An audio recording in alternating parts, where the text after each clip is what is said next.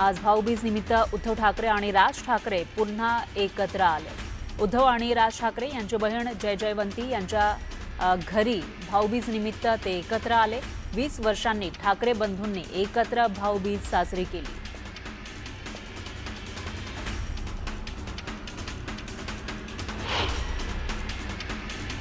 नाशिकच्या सिन्नर तालुक्यातील सोमठाणे इथं राष्ट्रवादी अजित पवार गटाचे नेते आणि क्रीडा मंत्री माणिकराव कोकाटे यांची भाऊबीज आज मोठ्या उत्साहात साजरी झाली। चुलत सख्या अशा 27 बहिणींनी भावाचं औक्षण केलं। सर्व परिवार एकत्र आल्यानं कोकाटेंचं घर गजबजून गेलं। जळगावमध्ये भाऊबीजेच्या सणानिमित्त राष्ट्रवादी काँग्रेसचे नेते आणि माजी मंत्री अनिल पाटील यांनी आपल्या बहिणींसोबत भाऊबीज मोठ्या उत्साहात साजरी केली। बहिणींनी औक्षण करून तिळगुळाचा मुहूर्त दिला। या सोहळ्यात परिवारातील सदस्य, नातेवाईक आणि समर्थक उपस्थित होते। बुलढाण्यातील देऊळगाव राजामध्ये भाऊबीज निमित्त 2 भावांनी बहिणीला संविधानाच्या प्रस्ताविकेची प्रतिमा भेट दिली। या अनोख्या भेटीतून संविधानाचं रक्षण करण्याचा सामाजिक संदेश देण्यात आला। काँग्रेसचे ज्येष्ठ नेते बाळासाहेब थोरात यांनी बहीण दुर्गा तांबे यांच्या निवासस्थानी भाऊबीज साजरी केली। थोरात यांच्या कन्या जयश्री थोरात यांनी आमदार सत्यजित तांबे यांचं औक्षण करत भाऊबीज साजरी केली।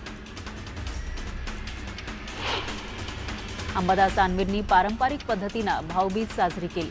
त्यांच्या 3 बहिणींनी अंबादास दानवे यांची ओवाळणी केली। त्यानंतर पक्ष कार्यालयामध्ये महिला कार्यकर्त्यांनी दानवेंचं औक्षण केलं। भाजपचे आमदार प्रसाद लाड आणि भाजप नेत्या चित्रा वाघ यांनी भाऊबीज साजरी केली।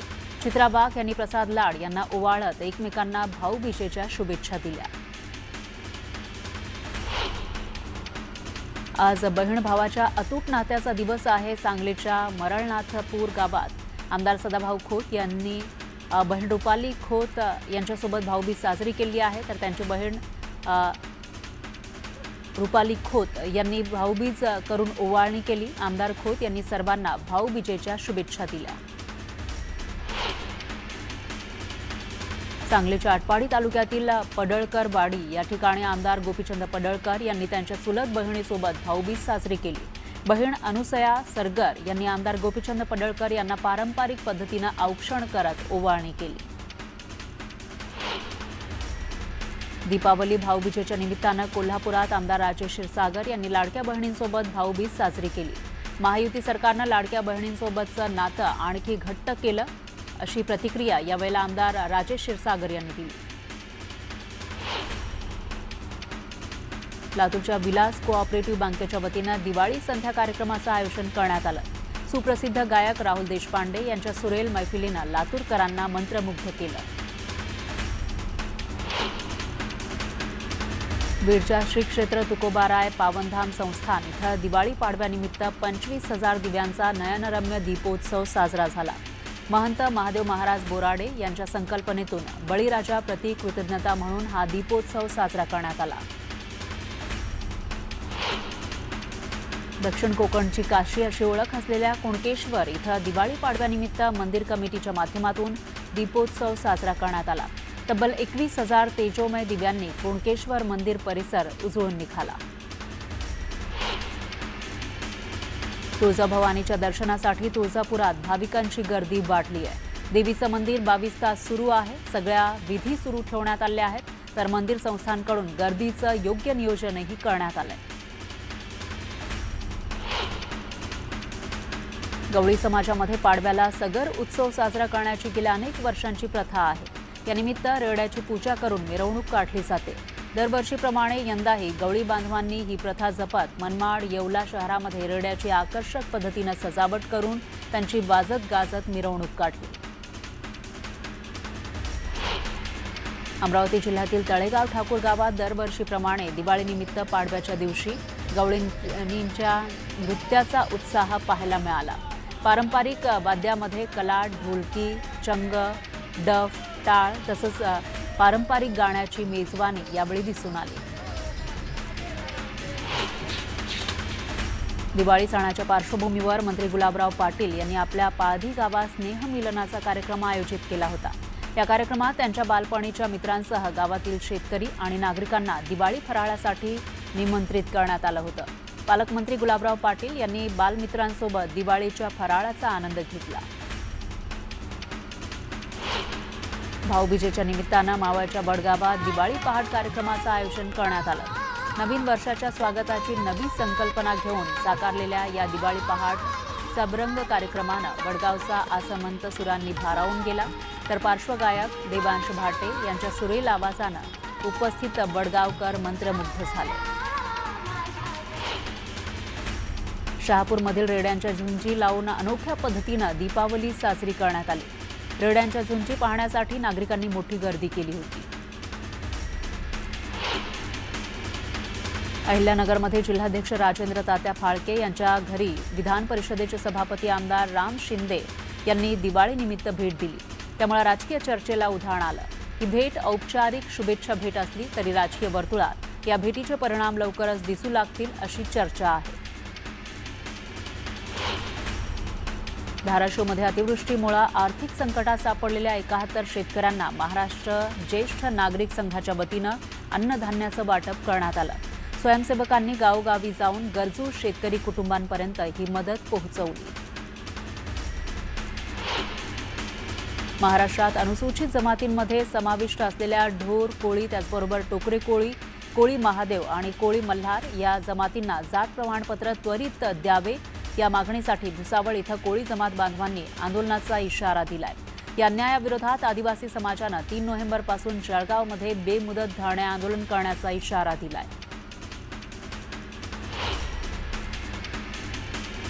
पुण्यातील शिवसेना नेते रवींद्र धंगेकर यांनी आपला एक्स हँडलवरील लोगो असलेला फोटो हटवला. पुणेकर फर्स्ट असा नवा फोटो असलेला कव्हर फोटो धंगेकरांनी ठेवलाय आणि यामुळे पुण्यात चर्चांना उधाण आलंय. मुंबई पालिका निवडणुकांसाठी आता राजकीय पक्षांकडून मोर्चे बांधणी सुरू झाली आहे. अशात काँग्रेसच्या भाई जगताप यांच्या पाठोपाठ समाजवादी पक्षाच्या अबू आझमींनीही स्वबळाचा नारा दिलाय. आगामी पालिका निवडणुका मवियासोबत लढणार नाही असं त्यांनी स्पष्ट केलं. समाजवादी पक्षाच्या अबू आझमींनी स्वबळाचा नारा दिल्यानंतर संजय राऊतांनी टीका केली.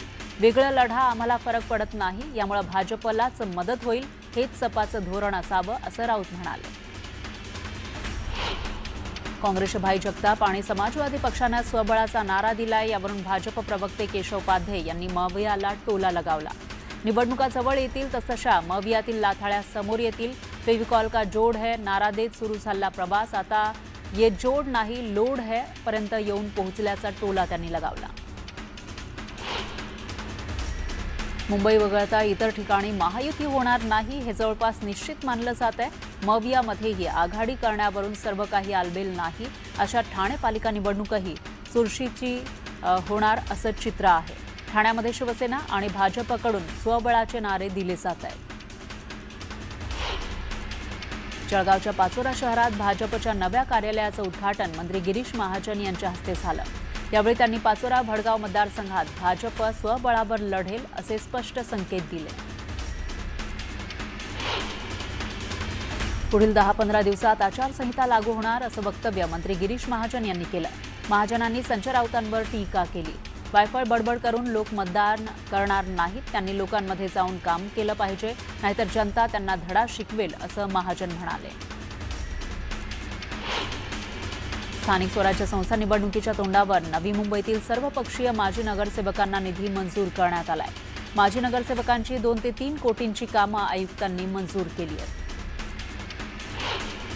दादर इथल्या कबूतरखान्याचा वाद काही केल्या थांबण्याची चिन्ह दिसत नाहीयेत. महापालिकेनं कबूतरखाना बंद केल्यानंतर जैन समाजात संतापाचं वातावरण आहे.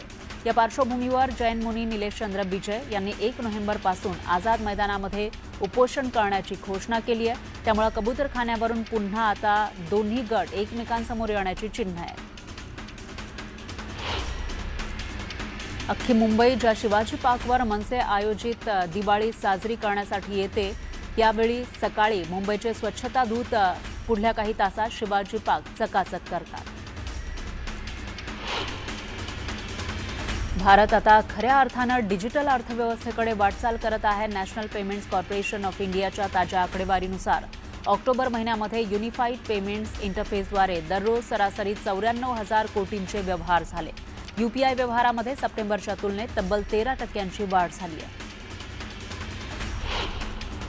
सोनं आणि चांदीचे दर उच्चांकावर पोहोचल्यानंतर आता घसरण सुरू झाली आहे. या घसरणीमध्ये आणखी वाढ होऊ शकते. जागतिक बाजारामध्ये मंगळवारी एकाच दिवसात सोनं आणि चांदीच्या दरात रेकॉर्ड ब्रेक घसरण झाली आहे. यानंतर तज्ज्ञांकडून भारतीय बाजारामध्ये सोने आणि चांदीच्या दरात आणखी घसरण होण्याचा अंदाज आहे.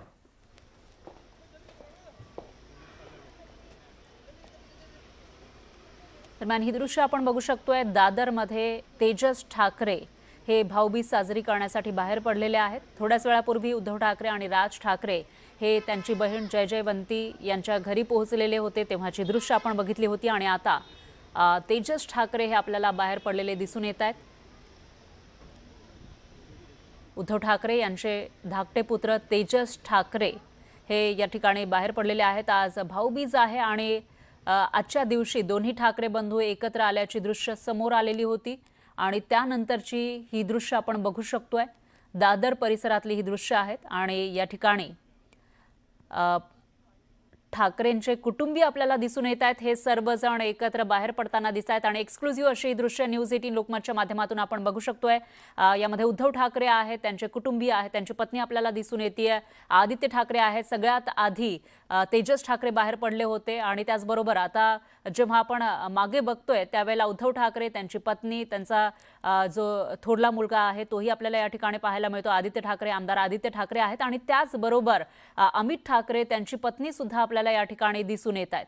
तर अगदी थोड्याच वेळापूर्वी आपल्याकडे एक्सक्लुझिव्ह दृश्य आलेली होती आतमध्ये, जेव्हा या दोन्ही भावांनी भाऊबीज साजरी केली त्यांच्या बहिणीसोबत, तेव्हाची दृश्य आपण बघितली होती. आणि आता भाऊबीज साजरी झाल्यानंतर ठाकरे कुटुंबीय हे बाहेर निघाल्याचं आपल्याला दिसतंय आणि त्यांना निरोप देण्यासाठी अमित ठाकरे हे तिथपर्यंत पोहोचल्याचंही आपल्याला पाहायला मिळतं. ही दृश्य एक्सक्लुझिव्ह अशी दृश्य आहेत आणि 20 वर्षानंतर ठाकरे बंधूंची एकत्र अशी भाऊबीज आपल्याला पाहायला मिळते. 20 वर्षानंतर उद्धव आणि राज ठाकरे हे एकत्र भाऊबीज साजरी करतायत. तर 20 वर्षानंतर बऱ्याचशा गोष्टी होताना दिसून येत आहेत. विशेषतः ठाकरे बंधूंच्या बाबतीमध्ये 20 वर्षानंतर हे दोन्ही बंधू एकत्र आलेले आपल्याला पाहायला मिळालेले होते जुलै महिन्यामध्ये विजयी मेळाव्याच्या निमित्तानं. आणि तेव्हापासून युतीचे संकेत वारंवार दिले जात असतानाच दुसरीकडे जे कौटुंबिक संबंध आहेत ते सुद्धा घट्ट होताना आपल्याला पाहायला मिळत आहेत. वेगवेगळे सण उत्सव हे दोन्ही कुटुंबीय एकत्र साजरे करताना आपल्याला दिसून येत आहेत. गणेश उत्सव असेल, दीपोत्सव असेल किंवा आता भाऊबीजेचा हा उत्सव साजरा होताना आपल्याला पाहायला मिळतोय. हे एक्सक्लुझिव्ह अशी दृश्य आहेत. या ठिकाणी उद्धव ठाकरे आपल्या कुटुंबासमवेत आलेले होते, त्यांनी भाऊबीज साजरी केली आणि त्यानंतर ते आता आपल्या बहिणीचा निरोप घेऊन पुढे जाताना आपल्याला दिसत आहेत. आणि त्याच वेळेला अमित ठाकरे आणि त्यांची पत्नी सुद्धा तिथपर्यंत आल्याचं आपण बघितलेलं आहे. ही एक्सक्लुझिव्ह दृश्य थोड्याच वेळापूर्वीची, काही क्षणांपूर्वीची आणि त्याच्याही मागे म्हणजे एक तासाभरापूर्वीची ही दृश्य आपण बघतोय. फोटोज आपण बघतोय दुसऱ्या फ्रेममध्ये. त्यामध्ये आतमध्ये कशा पद्धतीनं ठाकरे बंधूंनी भाऊबीज साजरी केलेली आहे त्याची कल्पना आपल्याला येऊ शकेल. या ठिकाणी दोन्ही ठाकरे बंधू आपल्याला दिसत आहेत. उद्धव ठाकरे, आदित्य ठाकरे आणि त्याचबरोबर मग त्यांची पुढची जी पिढी आहे त्याच्यामध्ये आदित्य ठाकरे असतील किंवा तेजस ठाकरे आहेत, अमित ठाकरे आहेत, हे तिन्ही बंधू आपल्याला या ठिकाणी दिसून येत आहेत आणि तेही भाऊबीज साजरी करताना दिसत आहेत. तर ही एक्सक्लुझिव्ह अशी दृश्य 2 फ्रेम आपण बघतोय. आतमधली दृश्य आहेत एकीकडे आणि दुसरीकडे बाहेरची दृश्य. जेव्हा भाऊबीज साजरी झाली त्याच्यानंतर उद्धव ठाकरे हे बाहेर पडले होते आणि त्यानंतर ते आपल्या मातोश्री या निवासस्थानाकडे रवाना झाल्याचं आपण बघितलंय.